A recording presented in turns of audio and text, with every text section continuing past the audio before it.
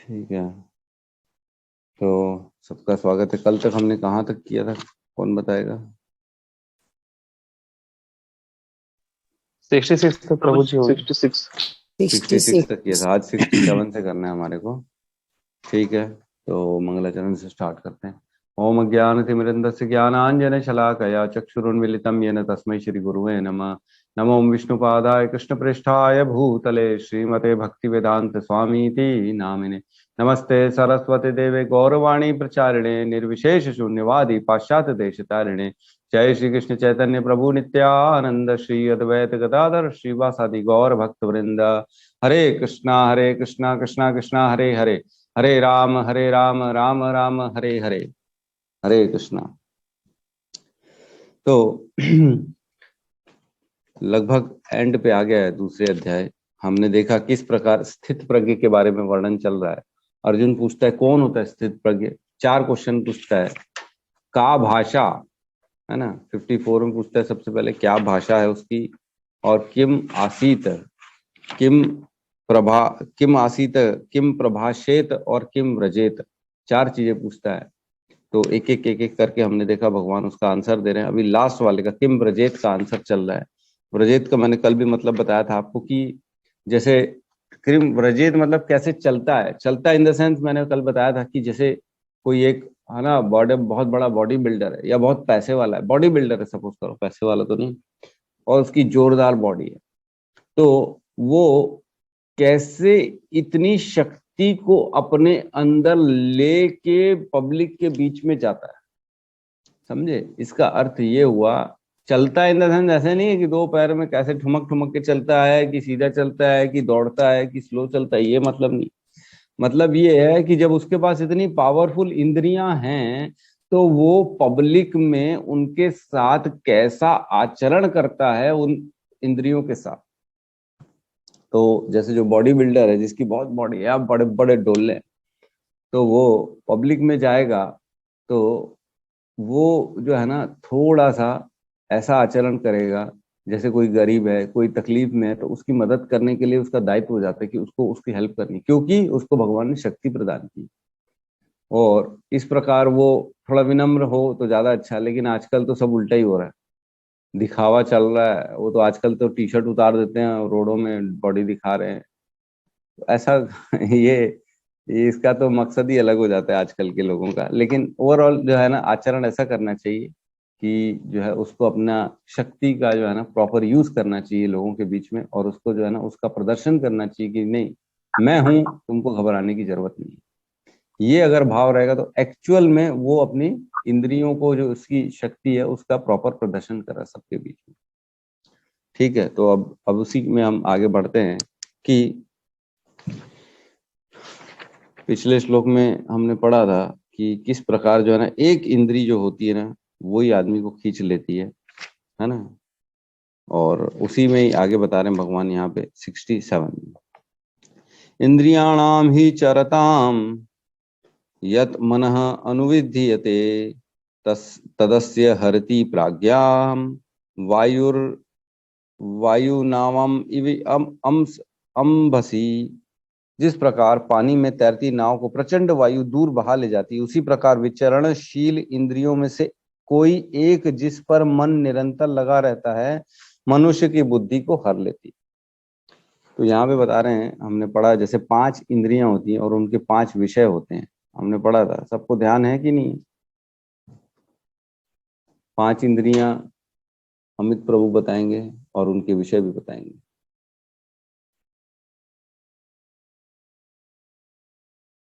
बता पाएंगे? हरे कृष्ण प्रभु जी। हरे कृष्ण। मैं अभी सिर्फ ऐसी प्रेजेंट था 4 दिनों से प्रभु जी। कल मैं भी पहुंचा हूँ शाम को, कोई तो बात अभी नहीं, थोड़ा सा कोई उत्तर बात। नहीं बता पाऊंगा। ठीक है, कोई बात नहीं। कौन बताना चाहेगा?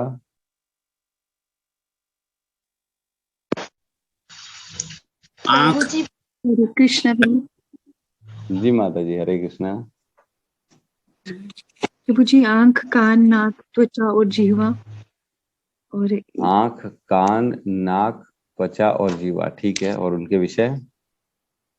आंख का देखना, हम्म कान का सुनना, नाक का सूंघना, त्वचा का स्पर्श, और जीवा का स्वाद। स्वाद।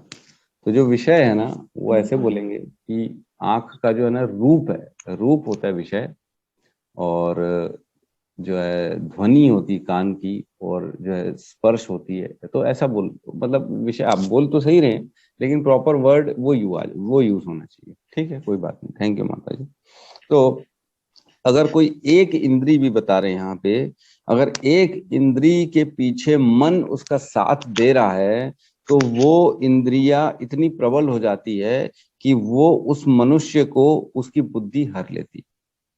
तो जिसपे मन, अगर मन एक्चुअल में होता है ना, क्या होता है, एक पावर बैंक हो गया, मान के चलो बैंक जो हमारा बैटरी डाउन हो जाती है तो एक पावर बैंक हम साथ में लेके चलते हैं। तो मन जो हो गया ना, वो पावर बैंक का काम करता है। वो जिस भी इंद्रियों के साथ अगर उसने साथ दे दिया मन ने, तो वहां पूरा पावर हमारा चलता जाएगा, बुद्धि हमारी वहीं चली जाएगी।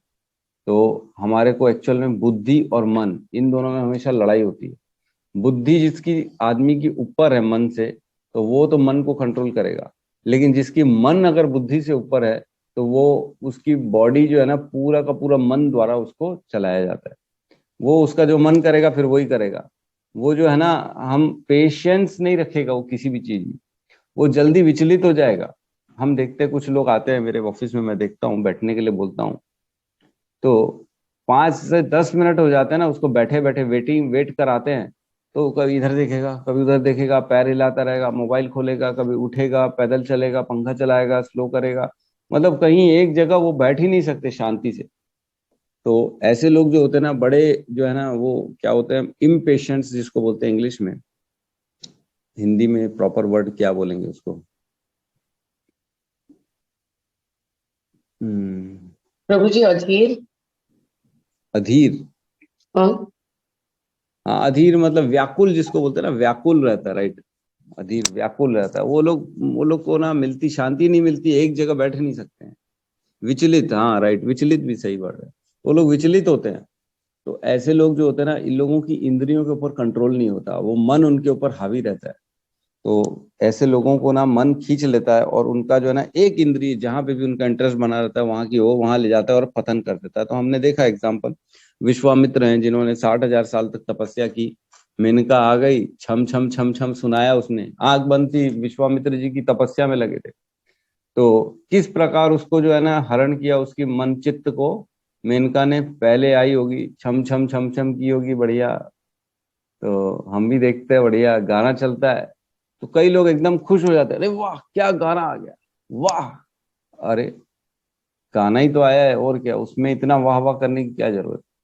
तो वैसे ही हो गया, विश्वामित्र जी तपस्या में लगे थे, छन छन छन छन आवाज सुने होंगे, उनके अंदर में मन जो है ना, वो एकदम बहक गया होगा, सुनाई दिया अंदर कानों से।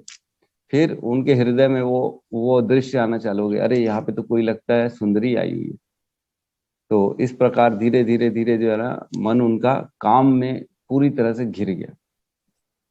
और एक और हमने एग्जाम्पल देखा सौरभी मुनि का, जो अपनी इंद्रियों को दबाने के चक्कर में न यमुना के अंदर चले गए थे तपस्या करने के लिए, लेकिन उन्होंने मछलियों को देख डाला संग करते हुए, तो उनका भी अंदर वो फिर काम वासना ने जग उत्पन्न हो गया। तो एक इंद्री जो है ना, वही काफी होती है इंसान, मतलब इंसान नहीं, किसी भी जो है ना, किसी भी चीज को नीचे लाने के लिए, पतन के लिए। तो हम देखते हैं कि पतंगा जो होता है, आग को देखता है और आकर्षित हो जाता है देख के, क्या तो उसमें लाइट है, क्या तो उसकी जो है ना तेज है, आभा है, मेरे को तो इसको पाना है। तो उसके पाने के चक्कर में पतंगा जाता है जाता है जाता है, और आग में घुस के जल जाता है, पूरा मर जाता है उसी में। इसी प्रकार हाथी जो होता है, वो हथनी के चक्कर में जो है ना, उसके स्पर्श के चक्कर में गड्ढे में घुस जाता है, मर जाता है उसी के चक्कर में। तो स्पर्श के चक्कर में हाथी मर जाता है, और आंखों के चक्कर में पतंगा मर जाता है। मछली जो है स्वाद के चक्कर में मर जाती है, स्वाद चाहिए उसको, खाना चाहिए। तो ऐसे हिरण जो होता है, वो सूंघने के चक्कर में मर जाता है बेचारा, पूरे जंगल में दौड़ता रहता है, दौड़ता रहता है, कहाँ से खुशबू आ रही, कहाँ से खुशबू आ रही, और फाइनली धीरे धीरे धीरे धीरे मर जाता है। और जो होता है ना सांप, सांप बीन के चक्कर में सुनता है, एकदम ऐसा नाचना चालू हो जाता है सांप बीन की ध्वनि में। तो सुनते सुनते उसको पकड़ के फिर सपेरा लेके चला जाता है, तो उसका पतन का कारण बन जाता है। तो एक इंद्री, सिर्फ एक इंद्री अगर भारी पड़ गई ना तो पूरा जीवन खत्म हो जाएगा। यहाँ पे यही बताया गया है कि एक प्रचंड वायु उस नाव को समुद्र से कहीं दूर कोने में बहा के ले जाती है। उसी प्रकार एक इंद्री अगर कंट्रोल में नहीं है तो वो मनुष्य के पतन का कारण बन जाएगी। ठीक है, कोई किसी को कुछ कहना है, डाउट है तो स्वागत है, नहीं तो आगे बढ़ सकते हैं। ठीक है, हम 68 में प्रवेश करते हैं। तस्मात् यस्य महाबाहो निगृहीतानि सर्वशः इंद्रियाणि इंद्रियार्थेभ्यः तस्य प्रज्ञा प्रतिष्ठिता। अतः हे महाबाहो, जिस पुरुष की इंद्रियां अपने अपने विषयों से सब प्रकार से विरक्त होकर उसके वश में हैं, उसी की बुद्धि निस्संदेह स्थिर है। तो जिसकी भी इंद्रियां अपने अपने विषयों से सभी प्रकार से विरक्त है। तो ये बहुत इंपॉर्टेंट है कि ऐसा नहीं होना चाहिए। आदमी, कई लोग बोलते हैं प्रभु जी सिर्फ एक चाय की तो ऐप बचा है और कुछ थोड़ी बचा है, बस अब हम एक चाय पीते और कुछ नहीं पीते, बाकी सब छोड़ दिया हमने। तो चाय क्यों नहीं छोड़ा साहब आपने? एक एक चीज जुड़ी हुई है ना अभी भी आपके साथ। कई लोग बोलते हैं बस अब एक ही चीज है, प्याज थोड़ा सा खा लेते हैं बस, और कुछ नहीं बचा, हम और तो सब छोड़ दिए, नॉनवेज छोड़ दिए, खाना पीना छोड़ दिए, प्याज क्यों नहीं छोड़ा साहब आपने? आप उसके प्रति अभी भी आसक्त हो। आप समझो, आपको कंट्रोल कौन कर रहा है? आपकी इच्छाएं कंट्रोल कर रही हैं, और एक दिन ऐसी इच्छा प्रबल हो जाएगी कि खींच लेगी आपको अपनी तरफ। तो हमारे को हर चीज जो पसंद है ना पसंद है, वो क्यों पसंद है, क्या वो कृष्ण के लिए है? अगर कृष्ण के लिए है तो फिर स्वीकृत है, अगर कृष्ण के लिए नहीं है तो उसका बहिष्कार करना बहुत जरूरी है। तो जो भी डिवोटी होते हैं वो सारी अपनी इच्छाएं पहले कृष्ण के लिए करते हैं।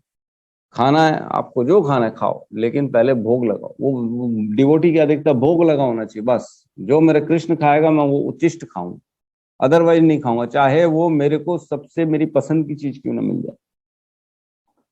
तो ऐसा होती स्थिति मेरे को ना चलो खैर, आजकल मेरे बच्चे बहुत बोलते हैं चॉकलेट खा लो खा लो, मैं नहीं खाता हूँ आजकल चॉकलेट, क्योंकि चॉकलेट में जो है ना बहुत, डेयरी मिल्क में ना, मतलब एनिमल बहुत ज्यादा उसमें मिला रहता है। 60% एनिमल की बोलते हैं उसमें जो अवशेष रहते हैं इंसेक्ट्स के, अलाउड हैं जो कि।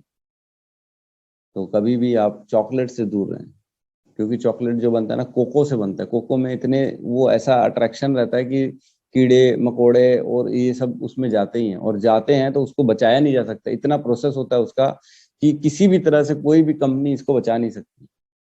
तो व्हाइट चॉकलेट खाइए आप, कोको वाला चॉकलेट मत खाइए, क्योंकि उसमें इंसेक्ट्स मिलेंगे ही मिलेंगे। आप जाने अनजाने में कहीं ना कहीं आप गंदी चीज खा रहे हो, एनिमल का अवशेष खा रहे हो। इसी प्रकार मिठाई में हम देखते हैं वो सिल्वर फॉइल लगी रहती है, पूर्ण रूप से मैंने बंद कर दिया, मेरे को नहीं खाना, कितनी अच्छी मिठाई क्यों ना आ जाए। अब ऐसी स्थिति हो गई है, जब मेरे घर वाले देखते हैं खाता नहीं है ना, तो वो चुन चुन के ऐसी मिठाई लाते हैं जिसमें फॉइल नहीं लगा रखा। भैया खाएगा ही नहीं, पड़ा रह जाएगा, क्या मतलब। तो ऐसा है, शुरू में सब टोकते हैं, क्या पागलपंती, ये सब कोई तरीका होता है क्या? ये कोई तरीका है? ये नहीं खाओगे वो नहीं खाओगे, हर चीज में देखोगे क्या? इतना तो चलता है ना, इतना कहाँ से कंट्रोल करोगे? तो भैया हमको करना है, आपको खाना है आप खाओ, हम थोड़ी मना कर रहे हैं आपको, जिसको खाना है खाओ। लेकिन जैसे जैसे आप लोग अपनी प्रवृत्ति बनाओगे ना, आप धीरे धीरे धीरे देखोगे कि पूरा का पूरा आपके आसपास का वातावरण भी आपकी इच्छा के अनुरूप उसको स्वीकार करने लगेगा, चाहे जो है ना खुशी से, चाहे विवशता होके, लेकिन करेगा। और आप उसके कारण बनोगे कि आपके कारण ये सारी चीजें धीरे धीरे धीरे धीरे कम होगी। तो बहुत जरूरी है, हमको बुद्धि दी है भगवान ने। जैसे हमने बताया था कि 5 साल के ऊपर जो है ना जितने भी कर्म हो उसको लग जाते हैं। मैंने बताया था जैसे बिजली में हाथ लग गया बच्चे का, तो बच्चे को ऐसा नहीं बोले कि बिजली, ये तो छोटा बच्चा है नादान है, इसको बिजली की करंट झटका नहीं देती हूँ, ऐसा नहीं होगा, झटका तो मिलेगा। उसी प्रकार अगर हम बुद्धि का यूज करेंगे नहीं और गलत चीजें, नॉनवेज वाली चीजें खाएंगे और उनके चीजों में जो है ना प्रवृत्त रहेंगे, तो हमारे ऊपर असर आएगा ही आएगा। हम ये नहीं बोल सकते कि हमको मालूम था, अब इतना तो नादान है, इतना तो चलता है, ये सब चीजों में मजबूरी है, चॉकलेट का तो कोई जो है ऑप्शन ही नहीं है, मजबूरी में खाना पड़ेगा। अरे तो क्यों खा रहे हो भैया मजबूरी में?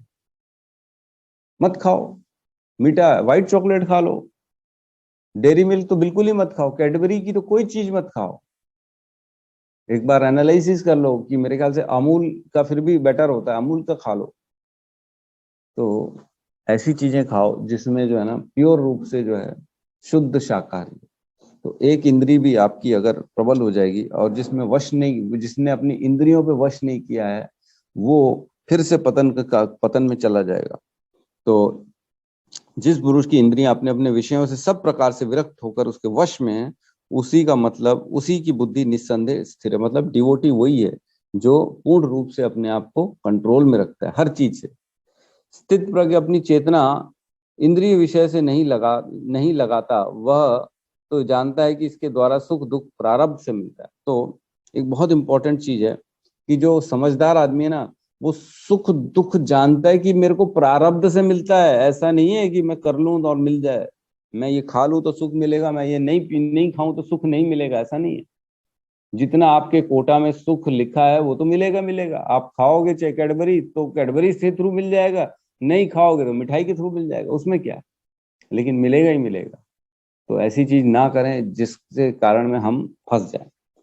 तो यहाँ पे तात्पर्य में लिखते हैं प्रभुपाद, उसी प्रकार इंद्रियों का दमन किसी मानवीय प्रयास के द्वारा नहीं, अभी तो उन्हें कृष्ण भगवान की सेवा में लगाए रखकर किया जा सकता है। तो इंद्रियों का दमन, जो इच्छाएं हैं, वो सिर्फ और सिर्फ भगवान की चरणों में, जब तक उन इच्छाओं को न लगा देंगे तब तक उन इच्छाओं को हम कंट्रोल में नहीं कर पाएंगे। तो हमको जो है ना तपस्वी नहीं बनना है कि एकदम कंट्रोल कंट्रोल कंट्रोल करना है, ऐसा नहीं। आप करिए, जो पसंद है वो करिए, लेकिन कृष्णमय करके कर लीजिए, उसको कृष्ण को अर्पित कर लीजिए। तो इसमें कहता है जो व्यक्ति यह हृदय गम कर लेता है कि कृष्ण भावनामृत के द्वारा बुद्धि स्थिर होती है और इस कला का अभ्यास प्रमाणिक गुरु के पथ प्रदर्शन में करता है, वह साधक अथवा मोक्ष का अधिकारी कहलाता है। बहुत इंपॉर्टेंट लाइन है कि अगर आप किसी अपने स्पिरिचुअल जो भी काउंसलर, गाइड, गुरु, दीक्षा गुरु, शिक्षा गुरु, जो आपको लगता है कि ये मेरे को सही रास्ता दिखा सकता है, इसको नॉलेज है, इसने समझा है मेरे गुरुओं के माध्यम से, और ये प्रॉपर गुरु परंपरा में आ रहा है, उससे आप गाइडेंस लीजिए, उनसे डिस्कशन करिए। आपकी जो भी हृदय में संशय है, जो भी डाउट है, तो वो आपका सोल्यूशन देंगे। और इस प्रकार जो है ना आपको ज्यादा सोचने की जरूरत नहीं है, आप अपने ऊपर रखो ही मत कोई चीज, आप डिस्कशन करो, जो वो बोलते हैं वैसा करके खत्म करो। तो इस प्रकार जो है ना आप फिर मोक्ष के अधिकारी बन जाओगे। ठीक है, नेक्स्ट श्लोक में प्रवेश करते हैं। यहां तक किसी का कोई डाउट है? नहीं, वेरी गुड, क्योंकि हम सब पढ़े हुए हैं। ये बहुत इंपॉर्टेंट श्लोक है। अब जो है ना 69, इसको इंपॉर्टेंट की कैटेगरी में डाल देंगे आप लोग सब, ठीक है। तो यहाँ कहते हैं भगवान, या निशा सर्वभूतानां तस्या अहम जागृति संयमी, यस्य अहम जागृति भूतानि स निशा पश्यतो मुने। तो यहाँ कहाँ है, यहाँ क्या है, जो सब जीवों के लिए रात्रि है वो आत्म संयमी के जागने का समय है, और जो समस्त जीवों के जागने का समय है वह आत्म निरीक्षक मुनि के लिए रात्रि है। तो इसका अर्थ जो है ना ये निकलता है कि जो सब जीवों के लिए रात्रि है, तो जब जब सारे लोग जब सोते हैं तब आत्म संयमी जागता है, राइट। सुबह 3 बजे, 3:30 बजे, 4 बजे व्हाट्सएप चालू हो जाता है सभी भक्तों का, हरे कृष्णा टाइम टू ज्वाइन। अमृत प्रभु लिखते हैं टाइम टू ज्वाइन। क्या लिखते हैं प्रभु जी?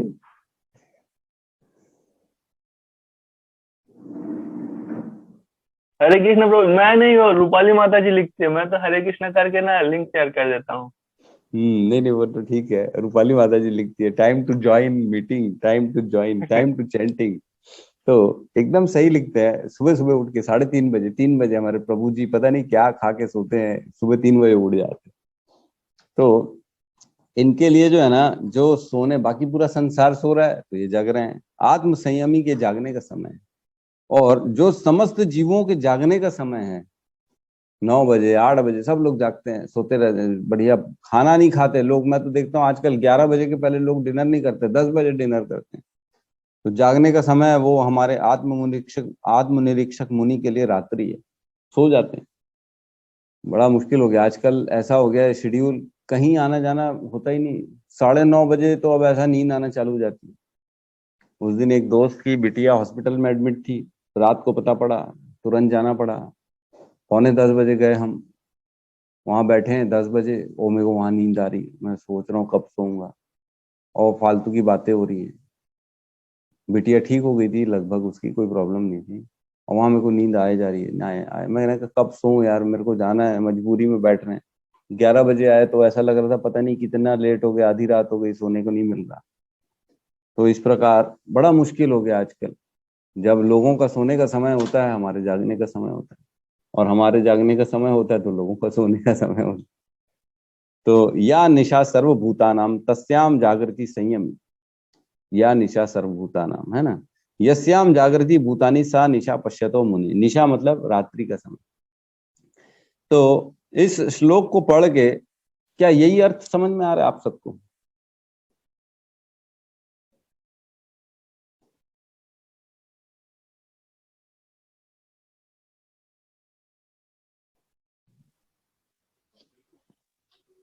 हाँ प्रभु जी, इसमें मतलब ना ये मतलब जो आत्म साक्षात करना चाहता है, जो भक्ति में आगे बढ़ना चाहते हैं सही मतलब तरीके से, तो ये हम्म। उनके मतलब वो बताना चाह रहे हैं प्रभु जी इसमें, मतलब जो मतलब एकदम दृढ़ संकल्प लेके चल रहे हैं, भगवान की भक्ति करना है, मुझे ये जन्म हाँ वो मृत्यु तो के ठीक चक्कर है, से। डिवोटी की बात चल रही है।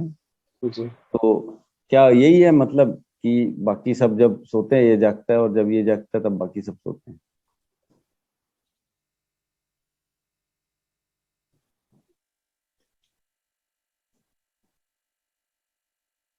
पढ़िए एक दो और बार भी और चीजें पढ़िए। कुछ तात्पर्य तात्पर्य में लिखा है, जो सब जीवों के लिए रात्रि है वह आत्मसैनी के जागने का समय है, और जो समस्त जीवों के जागने का समय है वह आत्मनिरीक्षण मुनि के लिए रात्रि है। हम्म। कोई और कुछ कहना चाह रहे हैं? कुछ समझ में आ रहा है इसमें? क्या मीनिंग और भी कुछ है इसका? तात्पर्य में कुछ लिखा हुआ है प्रभु जी लास्ट हाँ में। तात्पर्य पढ़ेंगे ना, इसलिए तो अभी मैं तात्पर्य पढ़ा नहीं हूँ।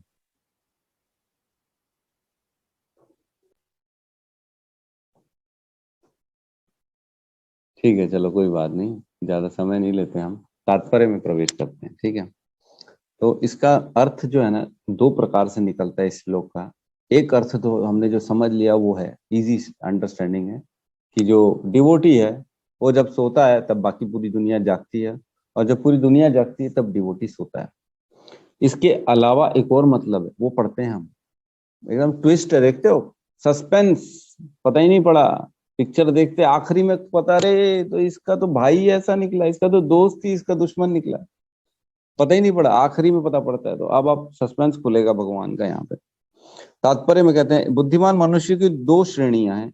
एक श्रेणी के मनुष्य इंद्रिय तृप्ति के लिए भौतिक कार्य करने में निपुण है, मतलब जो बद्ध जीव है, जो खाली जो है ना इंद्रिय तृप्ति में लगा हुआ है, बद्ध जीव एक पहली श्रेणी। और दूसरी श्रेणी जो मनुष्य आत्मनिरीक्षक है, जो आत्म साक्षात्कार के अनुशीलन के लिए जागते हैं। तो दूसरी श्रेणी हो गई जो जो डिवोटी है, प्रयासरत है, जो है, जो मतलब स्थित प्रज्ञ है, उसकी बात चल रही है। तो विचारवान पुरुषों या आत्मनिरीक्षक मुनि के कार्य भौतिकता में लीन पुरुषों के लिए रात्रि के समान है। क्या मतलब, वो थोड़ा सा समझ में आ रहा है? विचारवान पुरुषों या आत्मनिरीक्षक मुनि के कार्य भौतिकता में लीन पुरुषों के लिए रात्रि के समान। मतलब जो काम कर रहा है डिवोटी अपने आत्म साक्षात्कार के लिए, भक्ति कर रहा है, वो काम ही एज इट इज इसके लिए रात्रि के समान है, भौतिकता में लीन। जो सेंस ग्रेटिफिकेशन के लिए, जो इंद्रिय तृप्ति के लिए लोग बैठे हैं ना, वो ऐसे कार्य को रात्रि घोषित कर देते हैं, भैया वो रात है, वो हमारे लिए दिन नहीं है। और भौतिकवादी व्यक्ति ऐसी रात्रि में अनभिज्ञता के कारण आत्म साक्षात्कार के प्रति सोए रहते हैं। तो जो भौतिकवादी होते हैं, जो इंद्रिय तृप्ति वाले होते हैं, वो क्योंकि उनको इंद्रिय तृप्ति करनी है, इसलिए ऐसे कार्य उनके लिए रात्रि के बराबर है। वो सोते रहते हैं ऐसे कार्य में। रात्रि में अनभिज्ञता के कारण आत्म साक्षात्कार के प्रति सोए रहते हो। आत्म साक्षात्कार नहीं करना है इसलिए उस समय वो सोते हैं, क्योंकि सुबह सुबह ब्रह्म मुहूर्त होता है। सुबह सुबह मैं कई बार मैंने नोटिस किया है, आपने नोटिस किया है कि नहीं, 4:45 से लेके 5:15 तक या 4:30 से लेके 5:15 तक आकाश में देखोगे ना तो कई तारे इधर से उधर जाते दिखते हैं। मेरे को तो डेली दिखते हैं, 4-5 तो कम से कम डेली दिखते थे। मैं देखना ही बंद कर दिया। मैंने कहा चैंटिंग में मेरा मन नहीं लग रहा, वहीं ध्यान जाता है मेरा ऊपर तारों में। नोटिस करना आप, डेली दिखेंगे आपको, डेली 4:30 से 5:15 के बीच में बहुत तारे, कम से कम एक दिन में तो 5-6 मेरे को दिख जाते थे। तो ये हो क्या रहा है, मैं सोचता था ये क्या है। तब जब मैंने समझा इसके अंदर में, तो जो ब्रह्म मुहूर्त होना है उस समय देवी देवता निकलते भ्रमण के लिए। जो सारी पॉजिटिव जो भी शक्तियां होती भगवान की, वो सारे भ्रमण के लिए निकलते हैं। तो ऑब्वियसली वही निकलते होंगे, इसलिए इधर उधर तारे होते हैं। तो उस समय जो होता है ना, बेस्ट समय होता है भक्ति का। बाकी समय जो है ना, ठीक है, हम रात को शाम को चैंटिंग कर लेते, कई बार छूट जाता है, लेकिन वो कभी भी मजा नहीं आता, वो भाव ही नहीं आता उस समय की चैंटिंग में। तो जो सुबेरे का समय होता है ना, वो आत्म साक्षात्कार के लिए बेस्ट समय होता है। और उस समय आदमी जो आत्मनिरीक्षक, जो साधु है, मुनि है, डिवोटी है, वो उठता है और उस समय साधना का समय होता है, इसलिए उसके लिए दिन शुरू हो जाता है। और जो सेंस ग्रेटिफिकेशन, खाली इंद्रिय तृप्ति वाले हैं, उनको, क्योंकि आत्म साक्षात्कार के प्रति वो अन्य भिज्ञ हैं, इसलिए वो उस समय सोते रहते हैं। ठीक है। मुनि को आध्यात्मिक अनुशीलन की क्रमिक उन्नति में दिव्य आनंद का अनुभव होता है, किंतु भौतिकवादी कार्यों में लगा व्यक्ति आत्म साक्षात्कार के प्रति सोया रहकर अनेक प्रकार के इंद्रिय सुखों का स्वप्न देखता है। तो जिस प्रकार हम सोते रहते हैं तो स्वप्न में देखते हैं, कभी राजा बन गया, कभी बाहर चला गया घूमने, कभी बड़ी गाड़ी में घूम रहे, कभी हेलीकॉप्टर में उड़ रहे हैं, कभी एरोप्लेन चला रहे हैं। जो इच्छा होती है, स्वप्न देख के बड़े जो है ना वो स्वप्न दिखते हैं। उसी प्रकार ये भौतिक संसार भी एक तरह का सपना ही है। डेली समय आ रहे हैं, निकल जा रहे हैं, तो बच क्या रहा है, खाली यादें बच रही। आज जो हमने किया वो कल सिर्फ यादें रह जाएंगी। तो जैसे स्वप्न की यादें हैं, वैसे प्रैक्टिकल यादें हैं, सब सेम है, कोई फर्क नहीं पड़ रहा। तो जो भी हमारे भोगने की इच्छा है हम भोगते हैं, लेकिन बचता क्या है, सिर्फ उसकी याद, और कुछ नहीं बचता हमारे साथ। और खाली उस याद के लिए जो है ना आदमी इतना प्रयास करता है कि मैं कोशिश करूं, मेहनत करता है, ये पैसा कमाता है, पैसा खर्चा करता है, उसको पाने की कोशिश करता है। तो ये स्वप्न के समान है। स्वप्न में और इंद्रिय भोग में कोई अंतर नहीं है, ये समझना बहुत इंपॉर्टेंट है। तो आत्म साक्षात्कार के प्रति सोए रहकर अनेक प्रकार के इंद्रिय सुखों का स्वप्न देखता है और उसी सुप्त अवस्था में कभी सुख तो कभी दुख का अनुभव करता है। तो सुख और दुख का अनुभव होता है। और आत्मनिरीक्षक मनुष्य भौतिक सुख तथा दुखों के प्रति अन्यमनस्क रहता है। वह भौतिक घातों से विचलित रहकर आत्म साक्षात्कार के कार्यों में लगा रहता है। तो जो डिवोटी है, जो आत्म साक्षात्कार में लगा हुआ है, भगवान की चरणों की प्राप्ति में लगा हुआ है, उसको मालूम है कि सुख और दुख जो है ना वो प्रारब्ध से आते हैं, प्रयासों से नहीं आते हैं, श्रम से नहीं आते हैं, पैसे से नहीं आते हैं सुख और दुख। बड़ी गाड़ी से सुख मिल गया, बड़ी पैसे प्रॉपर्टी जेब में रखे हुए पेपर, तो उससे सुख मिल गया, ऐसा नहीं है। ये बहुत बड़ी गलत धारणा है। सुख और दुख तो प्रारब्ध से मिलते हैं। जिस प्रकार दुख की कामना नहीं करते लेकिन दुख आता है, उसी प्रकार सुख भी बगैर कामना किए, बगैर श्रम किए आ जाएगा आपके जीवन में। तो जो आत्म साक्षात्कार के लिए प्रयासरत है, उसको मालूम है ऐसा होता है, इसलिए वो कभी भी अपने प्रयासों को ये भौतिक संसार की इंद्रिय तृप्ति में नहीं लगाते। तो इसको जो है ना दो कैटेगरी में डालेंगे इस श्लोक को। जो भी बुद्धि होती है, इंटेलिजेंस, दो प्रकार की होती है। एक चाहे तो आप बना सकते हैं उसका एक ग्राफ, ठीक है। इंटेलिजेंस को दो पार्ट में डिवाइड कर देंगे। एक होता है जो है आत्मनिरीक्षक मुनि हो गया, आत्मा के प्रति, और दूसरा रहेगा जो है इंद्रिय विषयों के प्रति जो इंटरेस्ट है। तो आत्मा के प्रति, उसमें आत्मा में भी दो भाग बनेंगे।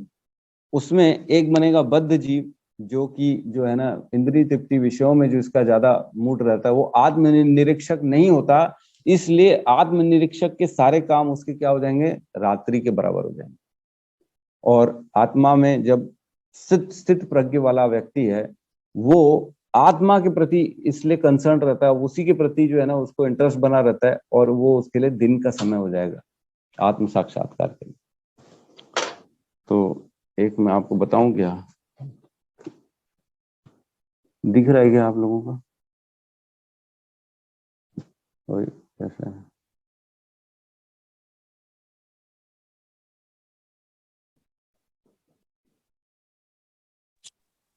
क्लियर नहीं है नहीं ना? दिख रहा। क्लियर नहीं है ना? मैं फोटो खींच के भेज दूंगा। तो इस प्रकार जो है ना स्थित प्रज्ञ का दिन होता है, और जो इंद्रिय विषयों की जहां पे बात आती है वहां पे स्थित प्रज्ञ, क्योंकि वो एब्सेंट माइंडेड रहता है, वो भगवान पे छोड़ देता है, इसलिए वो जो है ना वहां पे रात्रि होती है उसकी। तो एक बहुत अच्छा एग्जाम्पल कल मैं सुन रहा था एक लेक्चर में, उसने सुनाई दिया मेरे को। तो जिस प्रकार एक जो होती है ना महिला होती है, कुएं से पानी भरती है, जैसे कुएं से पानी भरती है ना, तो उसके सर पे कई बार देखते हैं एक मटका है, कभी 2 मटका भी रख के चलती हैं औरतें। तो जो 2 मटके 3 मटके रख के चलती हैं, जब चलती है ना तो बहुत ही समझ के चलती हैं, भले इधर उधर ऐसे चलती है, देखती है मेरे रास्ते में जो आए मैं उसको साइड से, कभी पत्थर आ जाए कभी गड्ढा आ जाए तो उसको ऐसे क्रॉस करती है, लेकिन अपनी मटके को गिरने नहीं देती। बड़ा बड़ा ऐसा उनका चलना होता है कि बैलेंस ऐसे करते हैं कि अपने मटके में से पानी एक बूंद भी छलके ना नीचे। तो जो स्थित प्रज्ञ व्यक्ति होता है ना, वो जब इंद्रिय विषय आ जाते हैं उसके सामने, तो वो ऐसे चलता है कि इंद्रिय विषय मुझको छुए ना और मेरी आत्म साक्षात्कार होता रहे। इसलिए ऐसे समय में वो सोना पसंद करता है। मेरे को इस समय जगना नहीं, क्योंकि इस समय जो है ना मेरे कर्मों का फल, मतलब मैं जो है ना मेरी कहीं इंद्रियां गिर न जाए इन सब चक्करों में, इसलिए वो उस समय सो जाता है। रात के समय में आत्म साक्षात्कार आदमी सो जाता है, सुबह सुबह उठता है।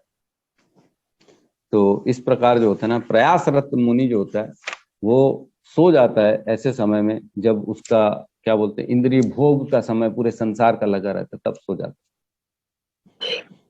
ठीक है। तो एक्चुअल में इसमें एक और चीज बताई गई है, क्योंकि दिन को जो है ना, जो सूर्य प्रकाश जब आता है, दिन का एक उपमा दी गई है कि भगवान के ज्ञान के द्वारा दिन के प्रकाश में जो है ना अंधकार नहीं रह सकता।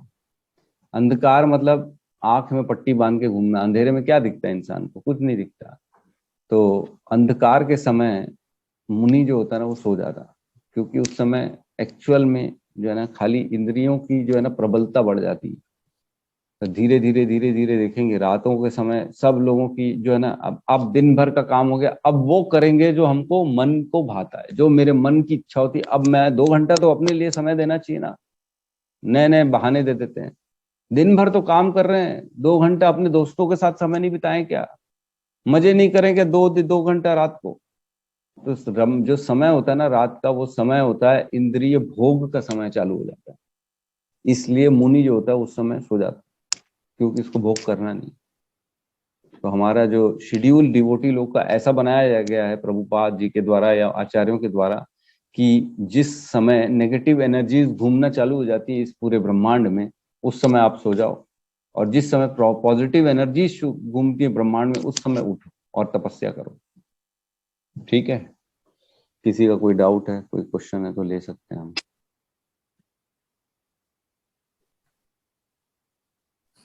हरे कृष्ण प्रभु जी, दंडवत जी प्रणाम। माता जी, हरे कृष्ण, धन्यवाद। प्रभु जी, जैसे हम सपना देखते हैं तो उसमें जैसे झूठ बोल रहे हैं या चोरी कर रहे हैं, तो ऐसा सपना देखते हैं तो क्या ये पाप की श्रेणी में आता है क्या? मतलब ये पाप है क्या? नहीं, स्वप्नों में तो आपका कंट्रोल ही नहीं है। आप स्वप्न क्या सोच के देख सकते हो क्या? आपके नहीं हाथ प्रभु में जी, नहीं है। जैसे जैसे बोलते हैं ना कि जैसे जो दिन में सोचे रहोगे, दिन में जो भी सोचे रहोगे वो चीज स्वप्न में आ जाता है, ऐसा टाइप। हाँ, तो आपको अपने विचारों को तो कंट्रोल करना ही पड़ेगा। आप विचारों में तो कभी भी नेगेटिव नहीं हो सकते हो। किसी का भी गंदा विचार नहीं करना है हमारे को, क्योंकि विचार के बाद एक्चुअल में क्रियाएं उत्पन्न होती हैं। विचार ही क्रिया का आधार बन जाता है। तो विचार गलत करेंगे तो धीरे धीरे नेगेटिव की तरफ बढ़ते चले जाएंगे। इसलिए गलत विचार भी नहीं करना। लेकिन कलयुग में मन में विचार किए गए चीजों का कोई पाप नहीं है, कोई पुण्य नहीं। अगर आपके अंदर किसी के लिए गंदे ख्याल आ गए तो ऐसा नहीं है कि उसका पाप लगेगा, वो पाप है ही नहीं। कलयुग की यही तो विशेषता है कि मन में सोची हुई चीज का कोई पाप नहीं है। जब तक आप उसको वाणी से या क्रिया से नहीं करते हो तब तक पाप नहीं लगता। तो बहुत बड़े सही समय में हम लोगों को जो है ना पैदा हो गए, सही समय में आ गए, एकदम जीवन मिल गया। अब इसका सही समय का सदुपयोग करके फटाफट भगवान की भक्ति में लग के इस जीवन मृत्यु के चक्र से बाहर निकलना है। ठीक है माता जी? ठीक है। हरे कृष्ण। हरे कृष्ण। हरे कृष्णा प्रभु जी। जी माता जी, हरे कृष्ण। हाँ जी प्रभु जी, जो आपने इंद्रियां और उनके विषय बताए थे और साथ में एग्जाम्पल भी दिया था, जैसे आंख का आपने रूप बोला और उसकी एग्जाम्पल आपने पतंगा दिया, और कान का ध्वनि बोला और उसकी एग्जाम्पल सांप बीन से जैसे वो हो जाता है, और नाक का गंध बोला, उसकी एग्जाम्पल आपने हिरन दी। त्वचा का स्पर्श है और इसकी एग्जाम्पल मैंने बोली, ये आप बताएंगे? इसका एग्जाम्पल हाथी है ना। ठीक है। हाथी जो होता है ना, हथनी का स्पर्श चाहता है, इसलिए वो गड्ढे में गिर जाता है। और जी। गड्ढे में गिरता है और सिर्फ स्पर्श के चक्कर में गड्ढे में गिरता है, फिर उसकी ऐसी स्थिति हो कि वो उस गड्ढे से निकल ही नहीं पाता वो, क्योंकि वो इतना भारी होता है, उसमें इतनी कैपेसिटी नहीं होती कि गड्ढे से बाहर निकले। इसलिए फिर वहां रहते रहते या तो उसको कोई पकड़ के ले जाएगा, उसका जो गड्ढा खोदा है जिसने, और उसको हाथी को अपना वो बना लेगा, जो आजकल बनते नहीं हाथी, वो बना लेगा, नहीं तो मर जाएगा धीरे धीरे वहीं गड्ढे में रहते रहते। ऐसा होता है। जी प्रभु जी, धन्यवाद। हरे कृष्ण। हरे कृष्ण।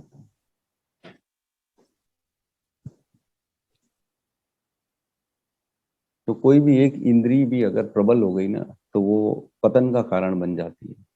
तो इसलिए ये अब हमारे को भी अपने अंदर ही एनालाइज करते रहना चाहिए कि क्या ऐसी कोई भी चीज है जिसके कारण मैं जो है ना भटक रहा हूँ, मेरी कहीं ना कहीं मेरी मेरे मैं उस आदत के कारण मेरे को सब चीज छोड़नी पड़ जाती, मेरे को कॉम्प्रोमाइज करना पड़ता है बाकी चीजों से। ये हमको एनालाइज करते रहना चाहिए।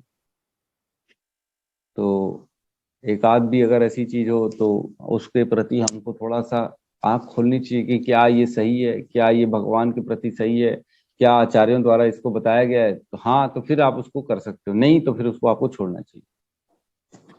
जी गौतम प्रभु कुछ बोलना चाहते हैं? प्रभु जी, जैसे हम रात को सोते हैं तो मतलब हमारी इंद्रिया मतलब उस समय मतलब काम नहीं करती है, मतलब वो हो जाती है कुछ भी, और क्या बोलते हैं, हम सुख दुख का अनुभव नहीं होता। तो प्रभु ऐसा क्या चीज रहता है जैसे मतलब कि रात को जैसे ही हम सोते हैं सारी चीजें मतलब स्विच हो जाती है, फिर जब हम जगते हैं तो एकदम सारी चीजें फिर एक्टिव हो जाती है। मतलब इन दोनों में मतलब ऐसा क्या डिफरेंस है थोड़ा सा, मतलब मतलब कुछ ऐसा बिल्कुल भी क्या क्या बोल रहे हो, बोलिए और। मतलब डिफरेंस क्या है प्रभु जी? मतलब जैसे कि हम रात को सो जाते हैं तो हमें कुछ पता ही नहीं रहता है, ना सुख का अनुभव करते हैं ना दुख का अनुभव करते हैं, मतलब डायरेक्ट सीधा हम जब उठते हैं उसके बाद सारी चीजें हो जाती है, और जब हम नहीं जगते हैं नहीं, तो सारे सुख का भी अनुभव होता है स्वप्न में, और दुख का भी होता है। ऐसा नहीं है नहीं होता, कई बार ऐसा होता है उठ के लोग रोते हैं, अरे मैंने क्या देख लिया, आंखों से पानी आता है। कई बार मैंने तो ये फील किया है, कई बार जो है ना जैसे सपने में कभी ऊपर से नीचे गिरते हैं ना, छत से नीचे गिर गए या पहाड़ से नीचे गिर गए, तो एक्चुअल में अपनी बॉडी झिलती है, झटका लगता है एक्चुअल में। जबकि हुआ कहाँ, वो मानसिक धरातल पे हुआ है, वो तो खाली सपने में हो रहा है, लेकिन एक्चुअली मेरी बॉडी थोड़ी सी ऐसी जर्क खाती। वैसे ही होता है कई बार जो है ना, मतलब रोता है आदमी, दुखी होता है सपने में, तो उठ के भी देखते हो पूरा पसीना पसीना हो गया है, अरे क्या हुआ, बोले मैंने गंदा सपना देखा, मैंने ये देखा। अपने के जाने का दुख जो है ना उसको होता है, कई लोग रो देते हैं। कई बार जो है देखा गया है, फिलो जो जो साइकेट्रिस्ट होते हैं उनके पास ऐसे ऐसे क्लाइंट आते हैं कि वो सपना, उनके पास एक ही सपना आ जाता है डेली, कि भैया वो मेरे को खाली एक ही सपना आ रहा है मेरे गांव का या कहीं भी ऐसा XYZ। तो सपने की एक्चुअल में कुछ विशेषता है भी और कुछ नहीं भी। ऐसा कोई सपनों के बारे में मेरे को नहीं लगता हमारे शास्त्रों में कहीं लिखा गया। ये लिखा है कि जो डिवोटी होता है, कई बार ऐसा हो गया है कि जो डिवोटी होते हैं जिन्होंने पूर्ण रूप से अपने ऊपर कंट्रोल कर लिया, लेकिन कहीं ना कहीं पहले उनकी इच्छा रही थी कुछ भोग भोगने की, तो भगवान सपनों के माध्यम से उनके भोग भुगवा देते, उसमें भोग मिल जाता है उनको सपनों के माध्यम से, कि ठीक है इसकी इच्छा थी लेकिन मेरे कारण ये इच्छा किया नहीं, इसको अब ये पूरी कर देते सपने में। घूमने की इच्छा है तो सपने में घुमा देंगे, राजा बनने की इच्छा है तो सपने में राजा बना देंगे। तो इस तरह से होता है। बाकी और तो कोई ऐसा मैंने जो है ना सपनों का बहुत ज्यादा इन डिटेल पढ़ा नहीं है कहीं पे शास्त्रों में। किसी और को मालूम हो तो बिल्कुल शेयर कर सकते हैं आप अपने अपने विचार, अपनी अपनी स्टडी।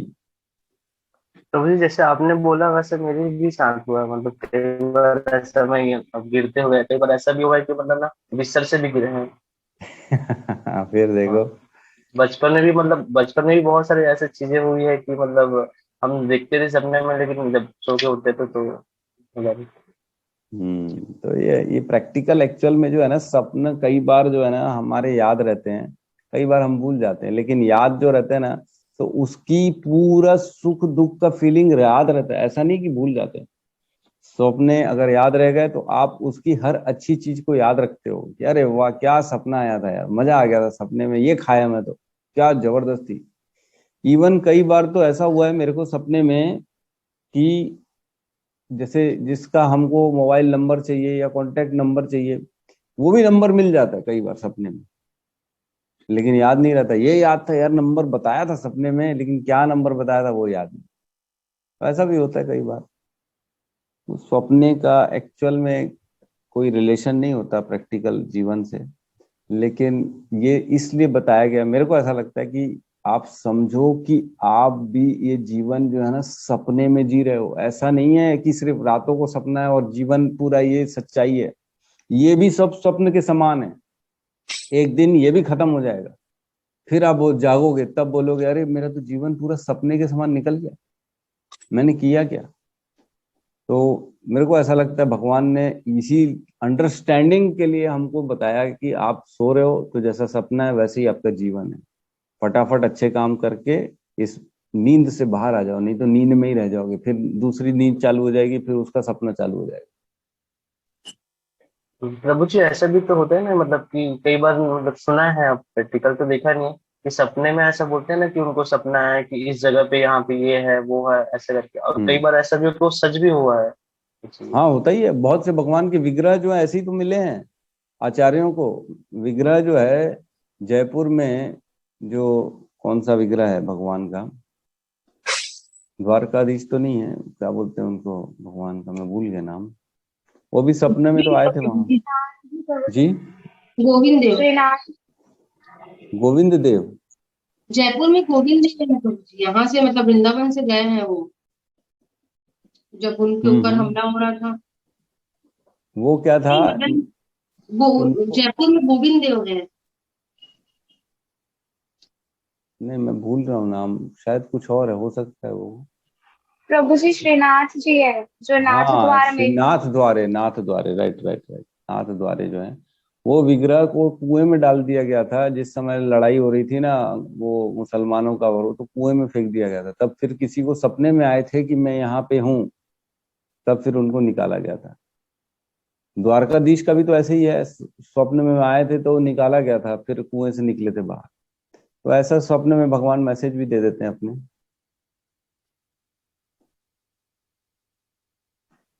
ठीक है,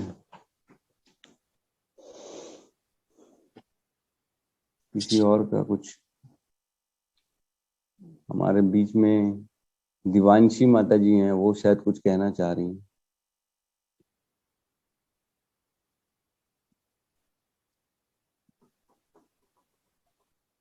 नहीं कहना चाह रही है, ठीक है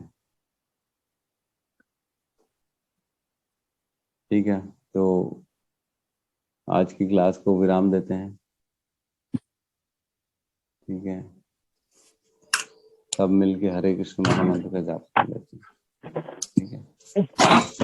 हरे कृष्ण हरे कृष्ण